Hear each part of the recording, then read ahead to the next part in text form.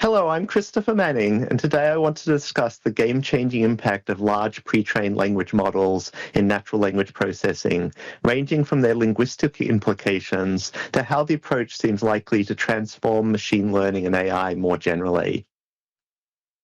Starting from the viewpoint of human language, my topic today plays out some of the more recent episodes of a drama series that's actually been running for 70 years, from before I was born in the 1950s.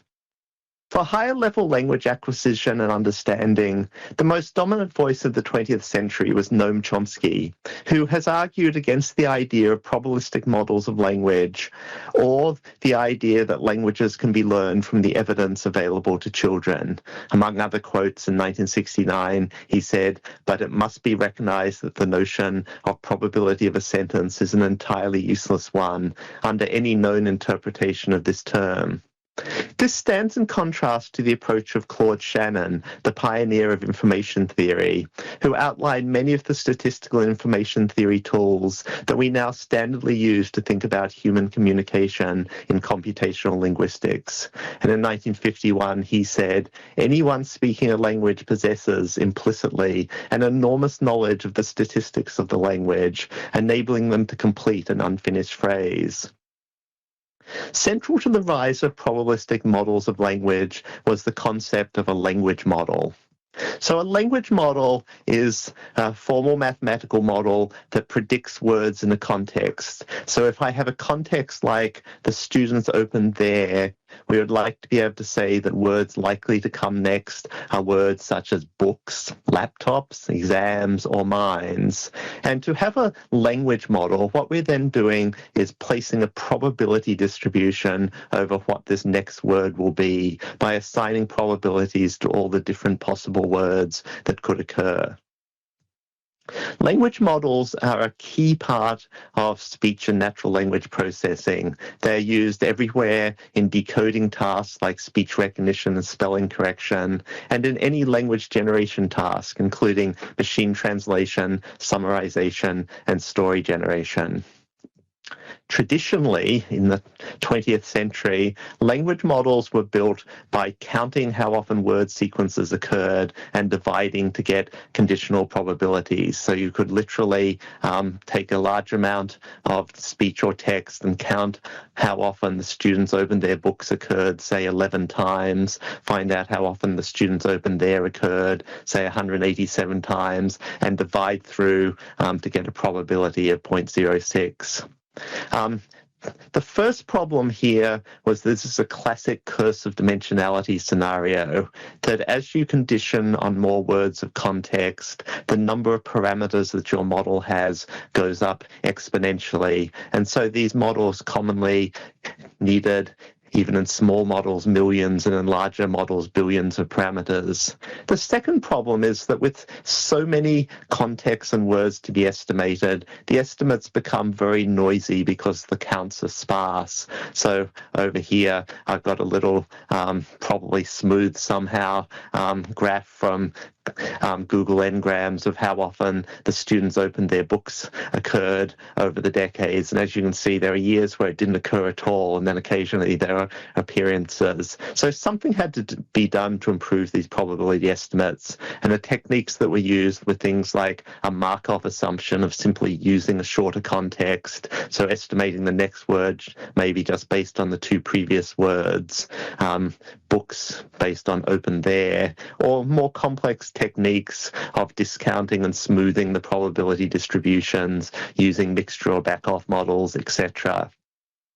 But despite the crudeness of these models, the funny thing is that even a very simple one sort of works and was useful. This was the mainstay of what we used for speech recognition and machine translation in the 90s and 2000s decade. So if you have a unigram model, well, then you're just using the relative frequency of words, so you get English words coming out, but there's sort of no sentence structure at all. But once you have a bigram model, why doth stand forth thy canopy, these models were trained off Shakespeare, or a trigram model, fly and will rid me these news of price, we're starting to have something that already starts to capture something that almost looks like English text. It doesn't really make sense, but it starts to almost look like English text already.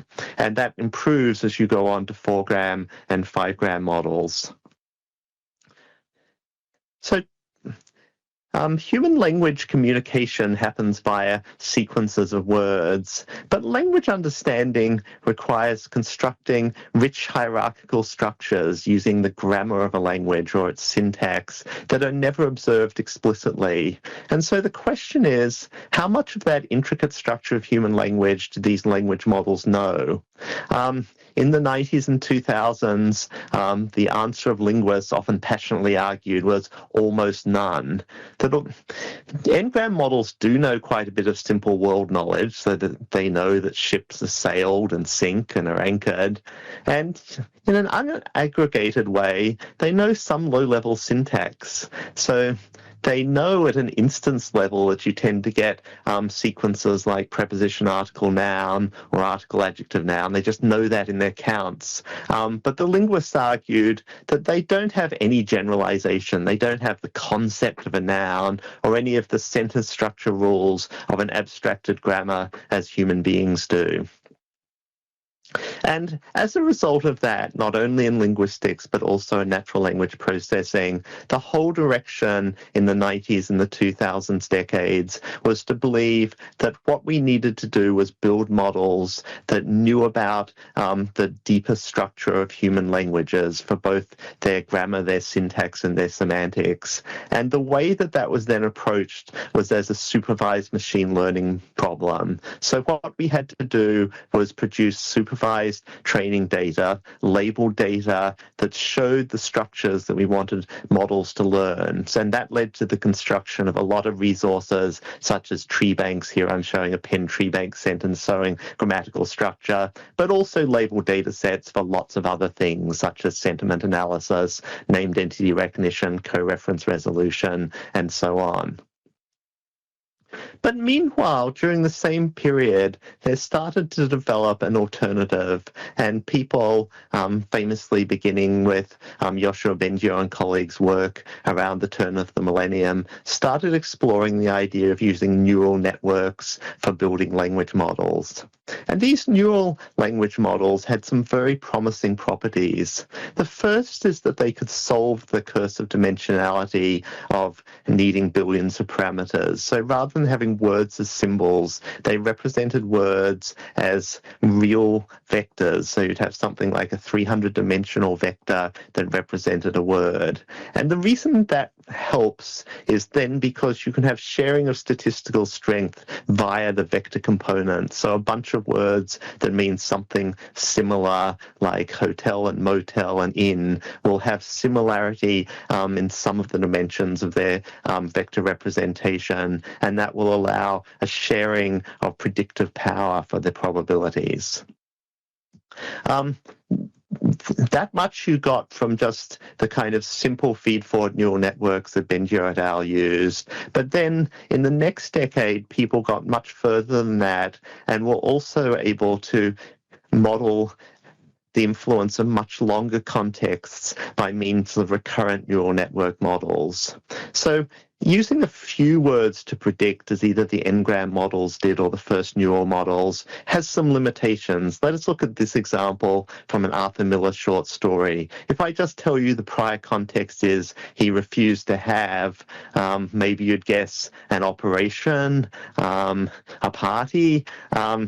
Even if I'd given you more context and said in the past 30 years in which he refused to have, you'd still not really have much idea of what words should come next in this particular story extract. You really have to look all the way back to the stump, the same stump which had impaled the car of many a guest in the past 30 years and which you refused to have, to make it obvious that the word that comes next is removed. And this kind of long context you can capture by a recurrent neural network without having an exponential increase in the number of parameters.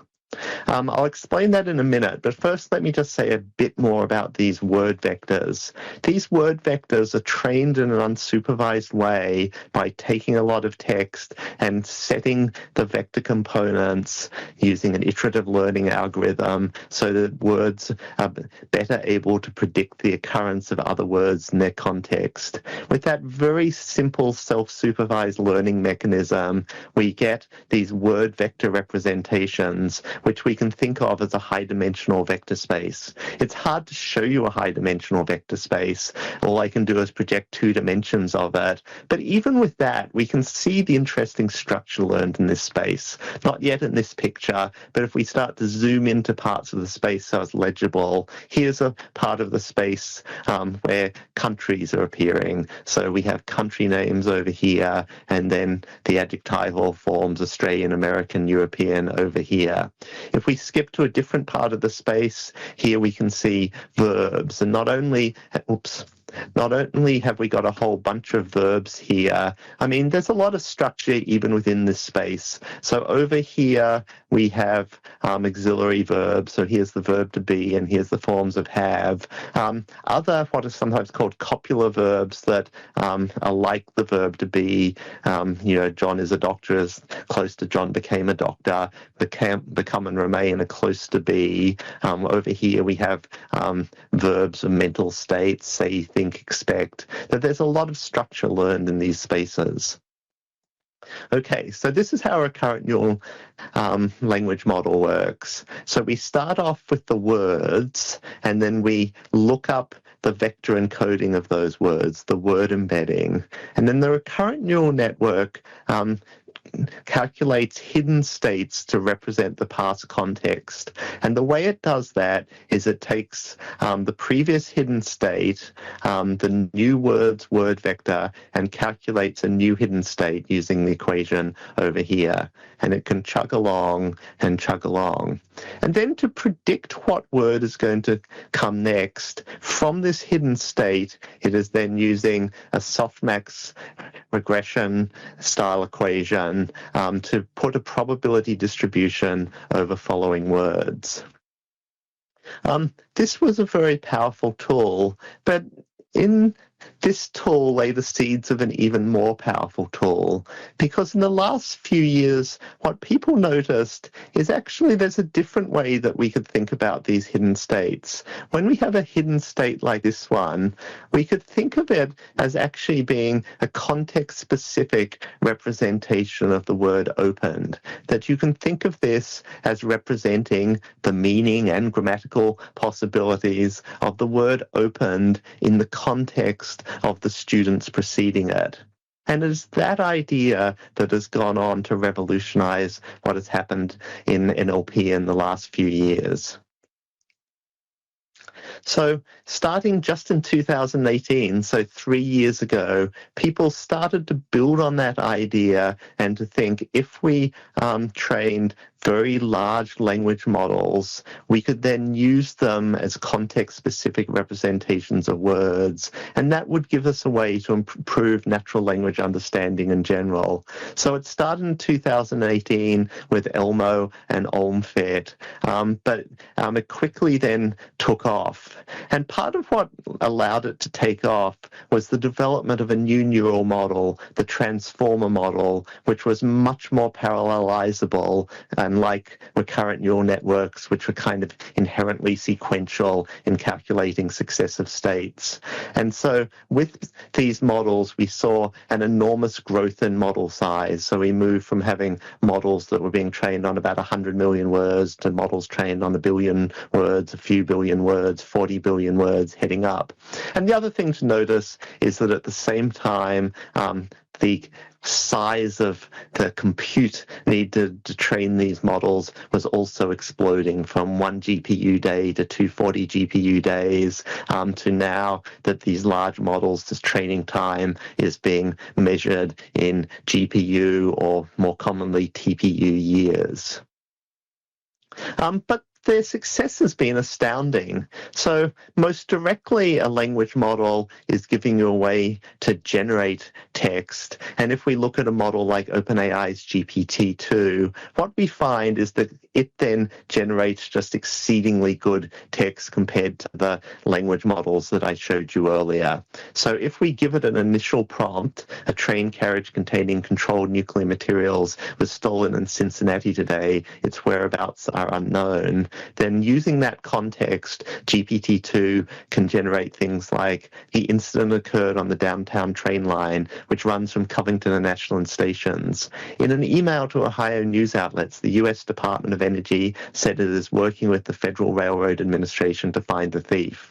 The theft of this nuclear material will have significant negative consequences on public and environmental health, our workforce, and the economy of our nation, said Tom Hicks, the U.S. Energy Secretary, ... And so what we see is that for what's generated here, not only is it grammatically and semantically impeccable, it looks just like text that you might read in a newspaper, but it also makes sense as a longer discourse. So it has picked up in all the material that was in the prompt. So it knows there's a train carriage, so it starts talking about a downtown train line and the Federal Railroad Administration. There's mention of controlled nuclear materials, so it talks about the US Department of Energy, which it knows regulates nuclear materials in the United States. Stolen in Cincinnati, mention of Ohio news outlets, a thief, some material stolen, so it mentions a thief. It all makes discourse sense as something that fits together. But these models weren't only useful for generating text. So it introduced a new model of building natural language processing systems. And this was most famously demonstrated with the BERT model done at Google. So first of all, what you did was pre-train a large language model on billions of words of text. And then for any particular task you wanted to do, perhaps question answering, sentiment analysis, named entity recognition, you would then take a small amount of supervised data for that task, place a simple Softmax classifier on top of your squad model, on top of your BERT model, and then you could fine-tune your large transformer model on a little bit of supervised data, and it would perform extremely well for doing different natural language processing tasks. I'm not going to go through all the details of transformer models. There's actually quite a lot of moving parts and they're quite complex. But the most central idea that they introduced was an idea of multi-headed attention. So let me just quickly mention that because we'll need that later. So in the BERT model, what you're doing is predicting masked words in a context that it's a double-sided context, and one of the central results of BERT is using that double-sided context could actually be very effective for inducing word representations and models compared to the single-sided context of a traditional language model or GPT-2. So you start for each position with a word representation that comes from a word vector and its position in the sentence. But what you do next in BERT is using linear projection vectors, you calculate from each hidden representation query, key, and value vectors. And then using the query at a certain position, you compare it simply with a dot product to the keys at every position in the sentence. And so that gives you a kind of similarity between the query and the key at each position. And based on those similarity scores, you calculate a weighted average of the values, and you send those up to the next layer. Then the second major innovation of these transformer models beyond using attention was to use a lot of attention. So you don't do that just once. You have a whole bunch of queries, keys, and values projected from each hidden state, say 12, and you calculate a new representation in the same way for each of them, which you then assemble together into the hidden representation at the next layer.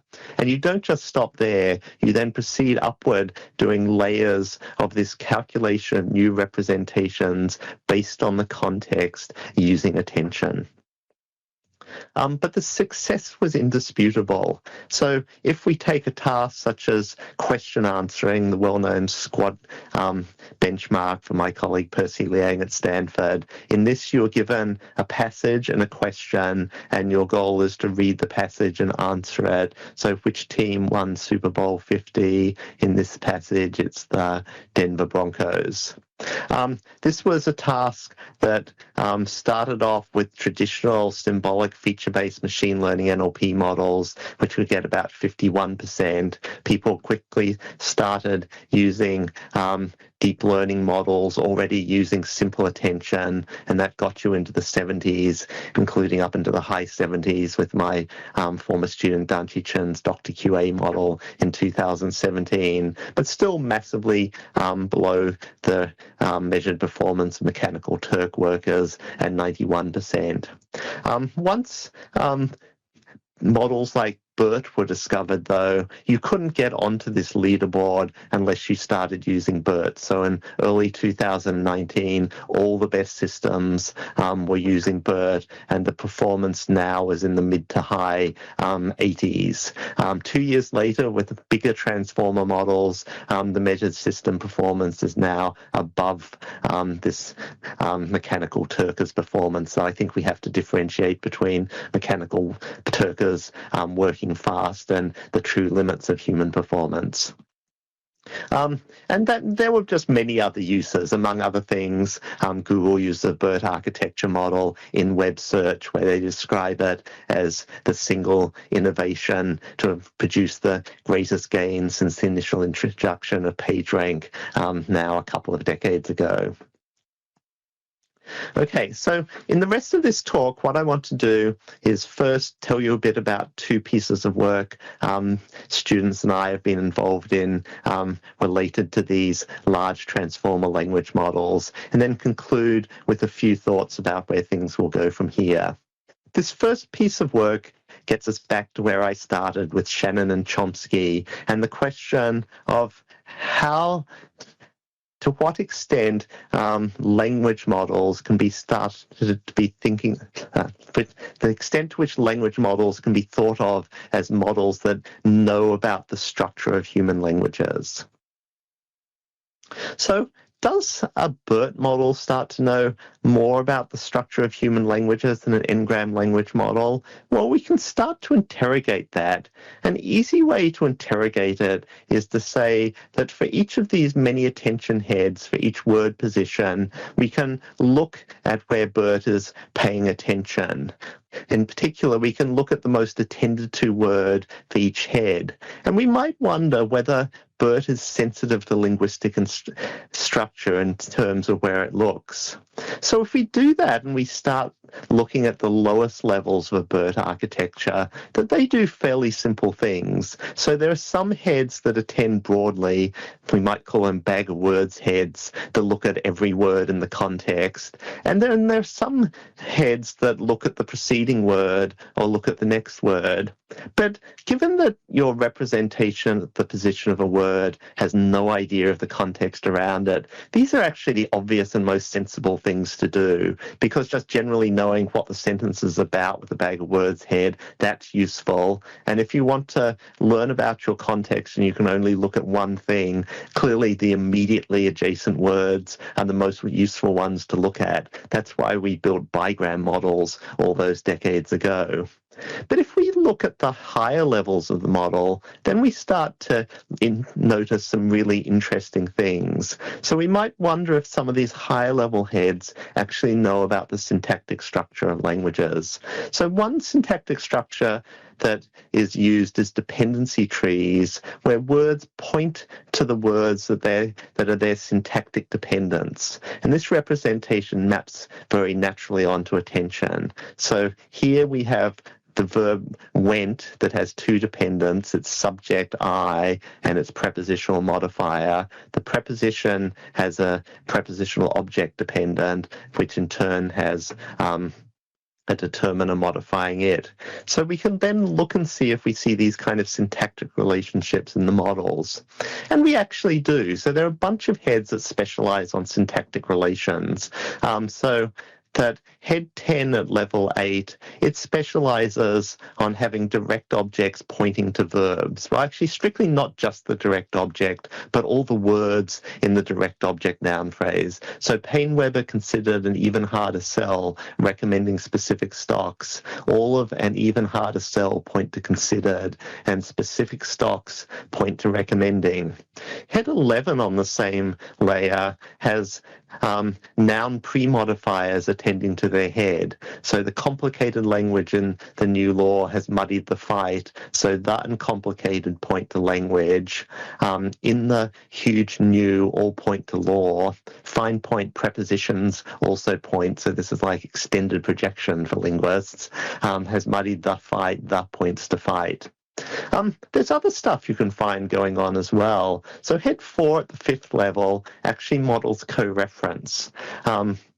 So with Kim today, as she got some expert opinions on the damage to her home, we find that Kim, she, and her are all co-referent in this sentence, and all of them are then pointing to each other with head 4 at level 5. It's not only for pronouns heading back to their referent nouns, it also happens with other co-referent nouns. So joining peace talks between Israel and the Palestinians, the negotiations are, you have negotiations and talks pointing between each other.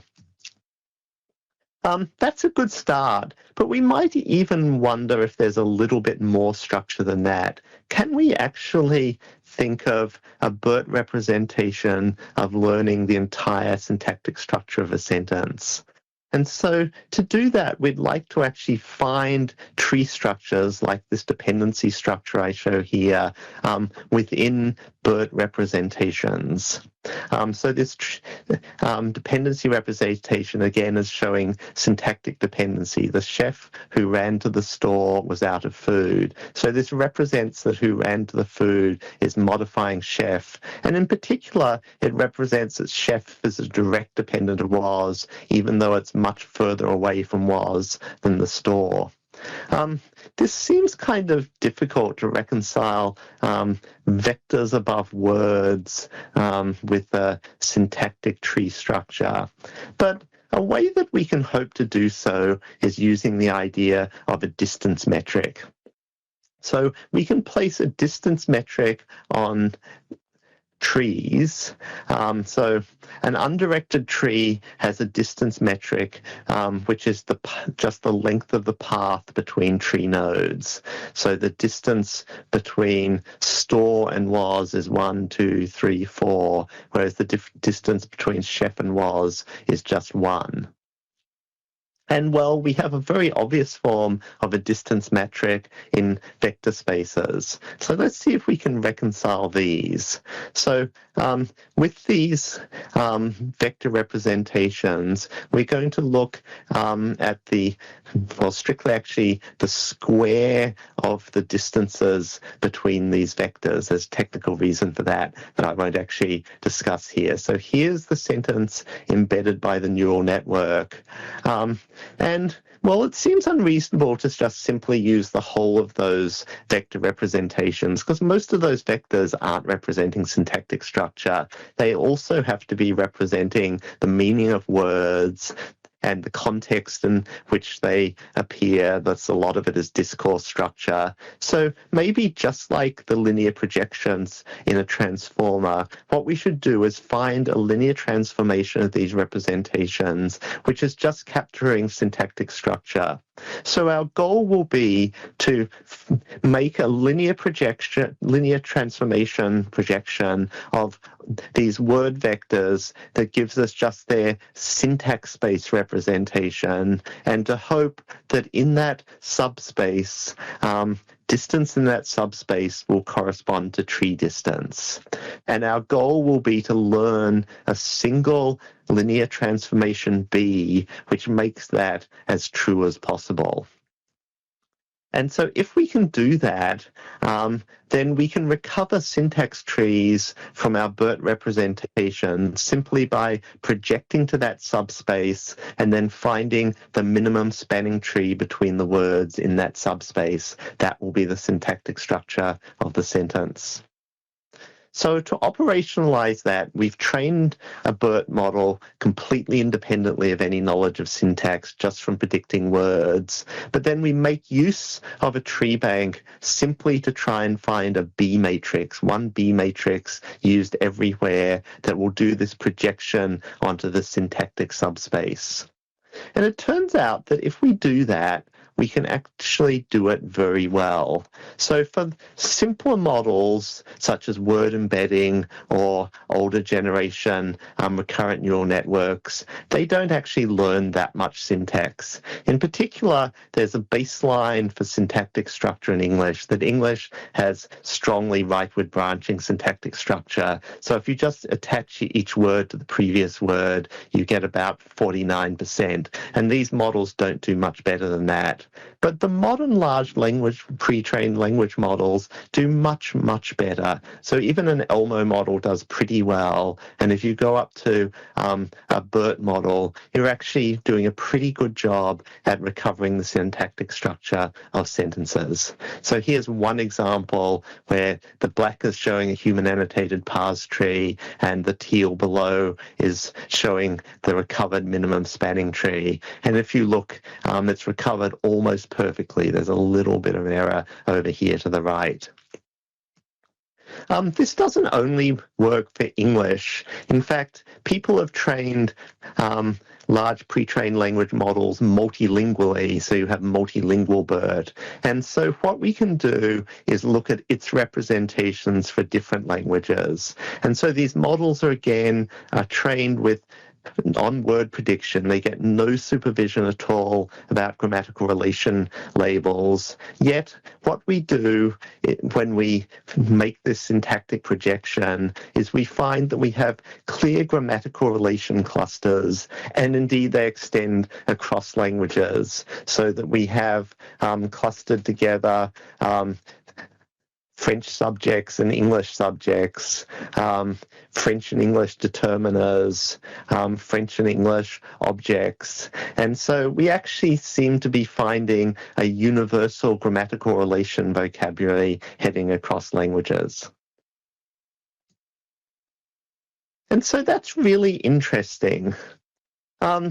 Prior to the rise of Chomsky in linguistics, the dominant school in the US was American structuralism. And in the later period of American structuralism, when there were linguists like Hughes and Zelig Harris, that period was sometimes referred to as distributionalism, a school of thought that was rather distinct from European structuralism.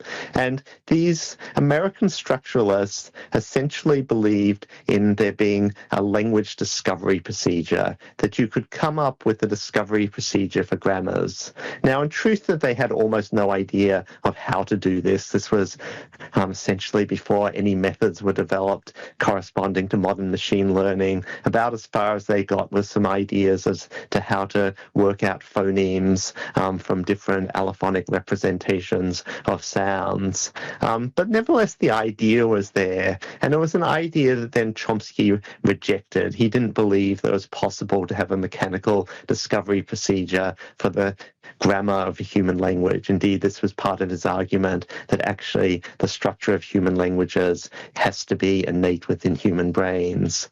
But interestingly, it seems that with these modern large transformer language models, we've actually made a mechanical discovery procedure for human language syntax, and that's actually quite remarkable.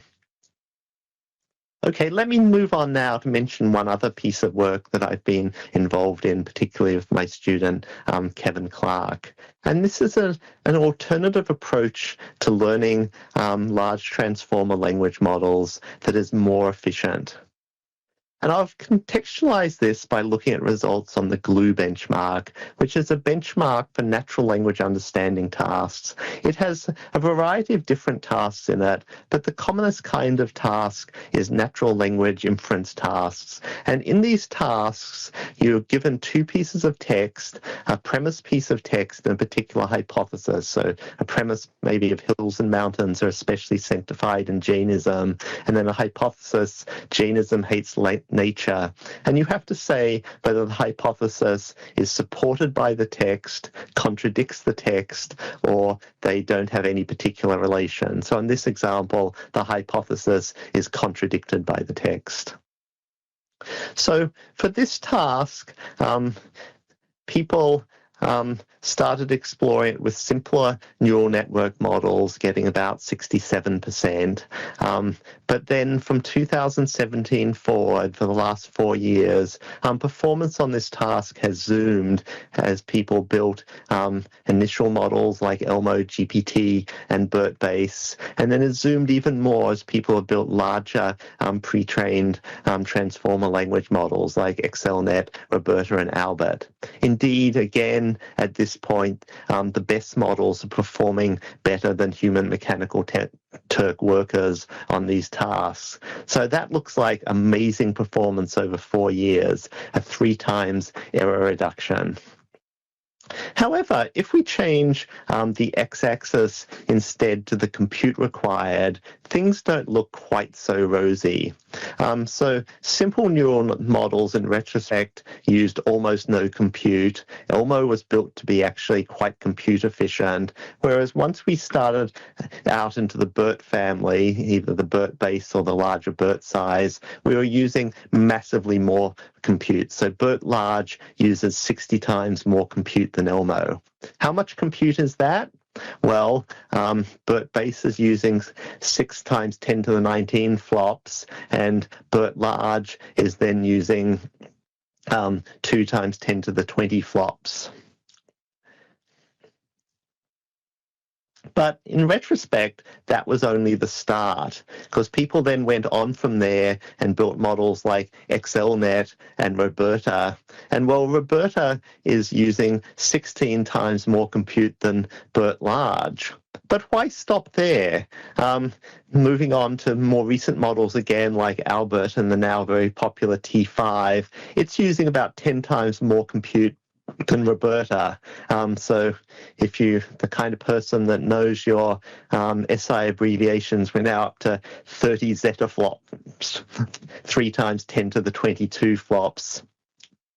So what we are actually observing is each successive model is using exponentially more compute than the last model, and we're starting to pay an extremely high price in the amount of compute needed to make what are increasingly minor benefits in terms of performance. And so the question is, can we do any better than that? My colleague Andrew Ng likes the slogan, AI is the new electricity. But after examining these graphs, maybe we should go with a different slogan, electricity is the new AI. So I want to introduce a different idea that Kevin developed that has a bit of promise in these regards. So up until now, there have been 2 main ways of doing language model pre-training. There's simply at each point predicting the next word. So from the artist sold, you predicted the. From the artist sold that, you predicted painting. Classic language models and things like the GPT series. Then there was the idea of BERT, of masked language model training, where you used a 2-sided context. And so these actually worked better, but they had a cost, which is in practice you mask only about 15% of the words, so 1 word in 7, and you're effectively only learning for the words that you've masked. So you're only learning from 1/7 of the data. So what Kevin's idea was that we could improve on this by coming up with a different pre-training task of replace token detection. So we're going to replace some words, let's say again 15% of the words, though you can do more, by words similar in meaning. And then what our job is going to be is to predict which words have been replaced. So we're just then predicting original or replaced. And so this gives us two wins. Firstly, we're learning from every word rather than only 1/7 of the words. And secondly, rather than having a huge softmax over the entire vocabulary at the top here, which is itself very expensive to compute, we're only doing binary classification. So formally how you do this is you do have to generate these plausible alternatives. And we actually do that with a small generator language model, which can itself be a small masked language model. And interestingly, it actually works better for this model to be small, so it's not too good. And that's also then good for being energy efficient. So we're then going to simultaneously train these two models. So the generator is trained with standard masked language model loss, and the discriminator is trained by binary classification. And then once we've done the training of the discriminator, we just throw away the generator and use the representations in the discriminator that we call Electra. So this picture makes it look rather like a GAN model, but it's unlike a GAN because the generator is being trained by standard MLE rather than adversarially. But using this model, we do actually achieve what we'd like. So the only real progress in large language models is if you can drive things up to the top left corner so that you're able to get better performance while using less energy to do so. How well does that work? Well, here are a couple of more specific statistics. So for the squad question answering task, we can build a model which takes the same number of flops to train as BERT large model. And the Electra model, with the same amount of compute, can do much better on F1 score. It can get the same kind of F1 score of much bigger models like XLNet that take 5 times as much training flops. Going in the other direction, we can look at very small models. So you can build a little Electra model that you can train 180 times as fast as a BERT base model, and it still performs decently well on tasks like glue and squad question answering. So that gets you down to a model that you can train in one day on one V100 NVIDIA GPU. This is the kind of model technology that makes it very feasible for students at universities to experiment with training these kinds of models. Okay, so this replace token detection is an effective new pre-training task, which is achieving our goal of improving the quality efficiency curve, and is a great model for using for lightweight experimentation. That gets me through the two main pieces of work I talked about. For the last bit of time, I want to talk for a minute about where things are heading next and what we're doing at Stanford.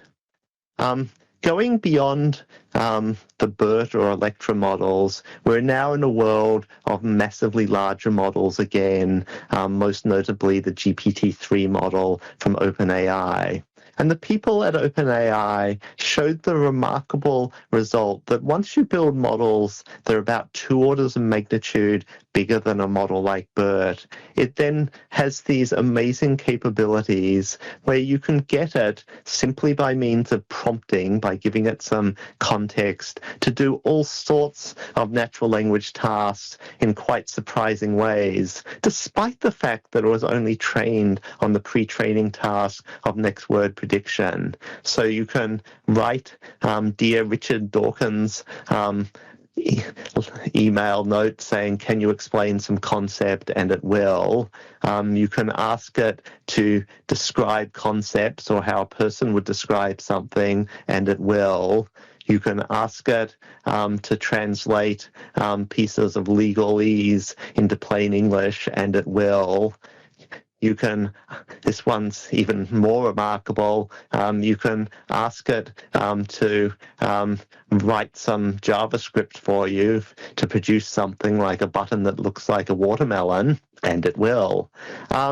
So this seems like we're into a new world where we've generated a model where you can just ask it to do things in natural language, and it will.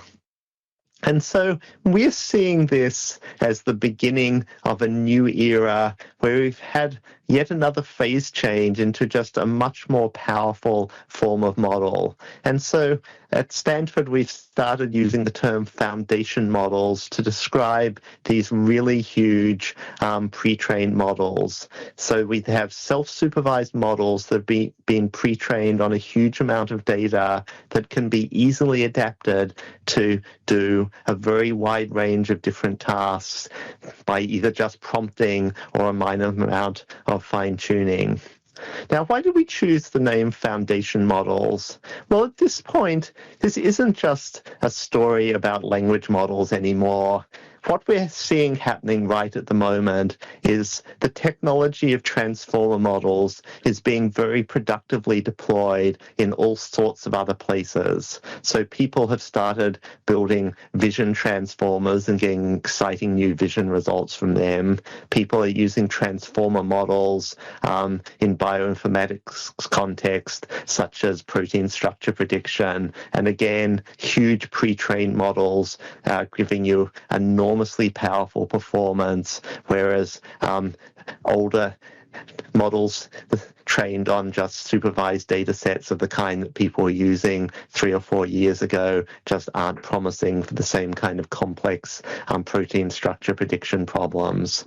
People are building multilingual models so that you have models that go between human language and vision or generation of graphics. So here OpenAI's DALL-E model, you can ask for something like an illustration of a baby hedgehog in a Christmas sweater walking a dog, and most of the time that's what it'll produce for you with a few little deviations, as you can see.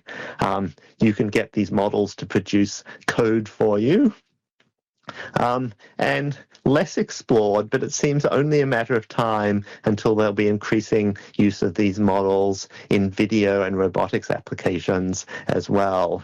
And so these kind of huge self-supervised pre-trained models seem that they will be giving a new general infrastructure base for building large AI systems. And we're calling that foundation models.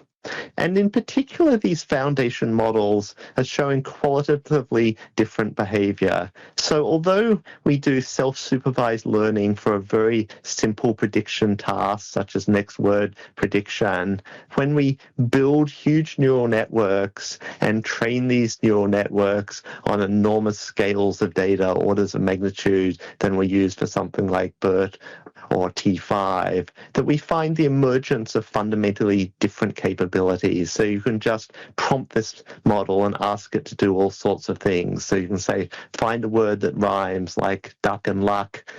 How about for lunch? And it will correctly say munch, even though it doesn't seem like it was trained to know about something like rhyming whatsoever. And it's also changing completely the way people are going to go about doing natural language processing and increasingly other tasks like vision and robotics. Until a few years ago, people worked on a particular problem. So someone might be working on machine translation or working on coreference resolution or working on question answering. And quite commonly, a PhD student might choose one of these and work on it for their entire PhD. But that's been completely changed. Now we are making use of large pre-trained models, and what we find is one large pre-trained model, such as a T5 model, can be used for all of these tasks, and systems built using that T5 model perform much better for each individual task than anything that people have managed to build as standalone models for question answering or co-reference resolution. So it's in this sense that these new models act as a foundation for whole fields. And they have wonderful breadth, but also they potentially have worries because of their homogenization. You are using one model for everything. And indeed, despite their great success, there are still lots of concerns that people rightly should have about foundation models. The models are still brittle. They frequently seem to lack common sense or even internal consistency in what they produce. The models are trained on large amounts of data scooped from the real world, and partly because of that, and partly because of the nature of these models, they can easily generate biased or offensive or just non-factual content. They can also be used at scale to deliberately astroturf disinformation. The sheer size of these models also creates barriers and worries. They require large amounts of resources, and many of these models aren't as open to researchers across the community as previous generations of machine learning models.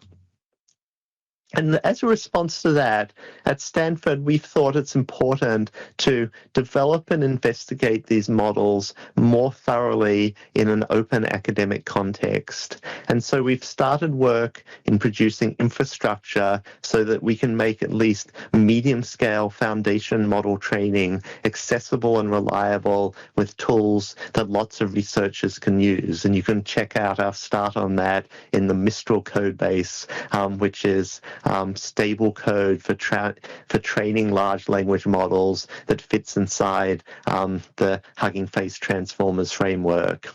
We think it's important to get lots more people involved in studying these foundation models, not only computer scientists and not only people who work at a handful of huge technology companies, but also looking at what people who are lawyers, economists, ethicists, medical sciences, lots and lots of people have things to contribute in exploring the range of impacts and the range of uses of foundation models. And we're wanting to explore many aspects of these models. We just recently released the first hefty report on foundation models that you can find on Archive, and we're increasing education with new courses being taught on foundation models this year. There is still a huge amount to explore as to how to do better data governance, how to guide policies around the use of these models, how to better make these models available to a broader community of people while not incurring great risks.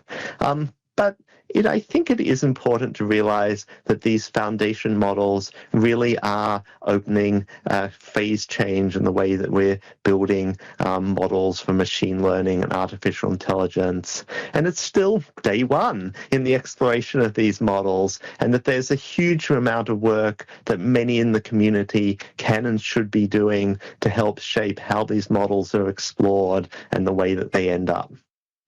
Okay, thank you for that talk. Here's a few of the relevant papers that I've been mentioning in the talk, and it's been great getting to present this at the Amazon Machine Learning Conference. Thank you.